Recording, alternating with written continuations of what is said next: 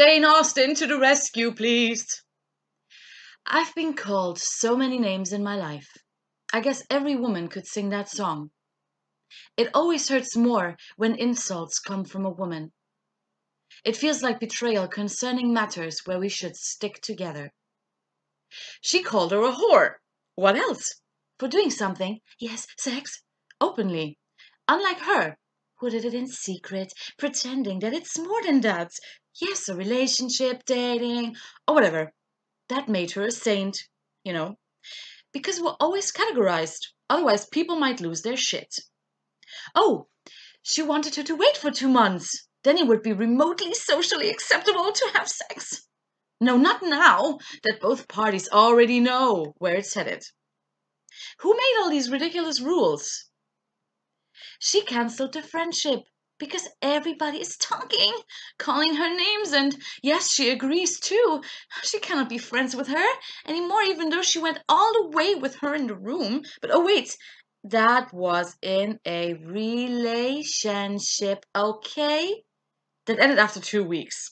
Because why? Oh yes, it was only sex with a halo and a social stamp of approval.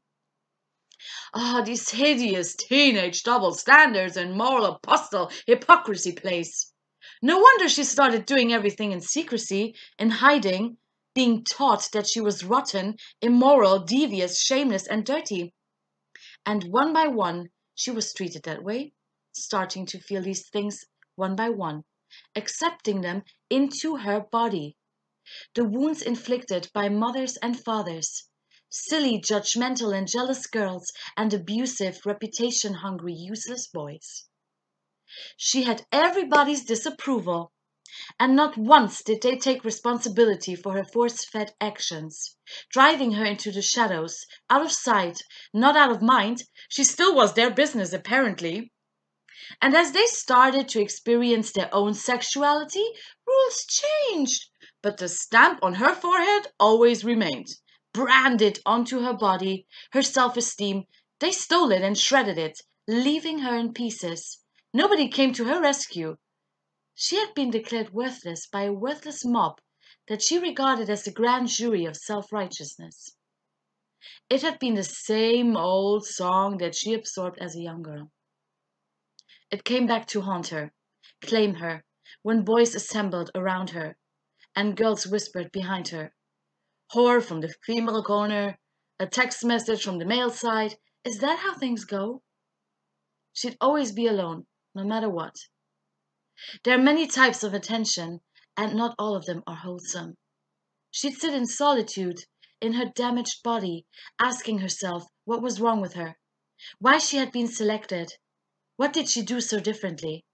Why was sex something unnatural with her, in her? They'd pull her limbs, shouting, finger-pointing, scapegoating, exploiting, and excommunicating her. And she started to adopt the very same mechanisms and behavior, punishing herself before others could, destroying herself, and there'd be nothing left for others to tackle. And you know what? I'm done apologizing, running after you like a beaten dog. I'd rather take a dump on your lawn. I'm done justifying my actions, begging for your broken friendship. You did me a favor, actually, or your forgiveness. I did what I did, the way I did it, and that is none of your fucking business. It never has been. And you can judge me all you want, all day long. I hope you find some pleasure in it until you're old and gray. I'd rather live with all my shades than with your emptiness. It's easy to piss on those living their lives from your stagnant, cowardly balcony of self-repression, shallowness, and narrow-mindedness, where nothing ever happens.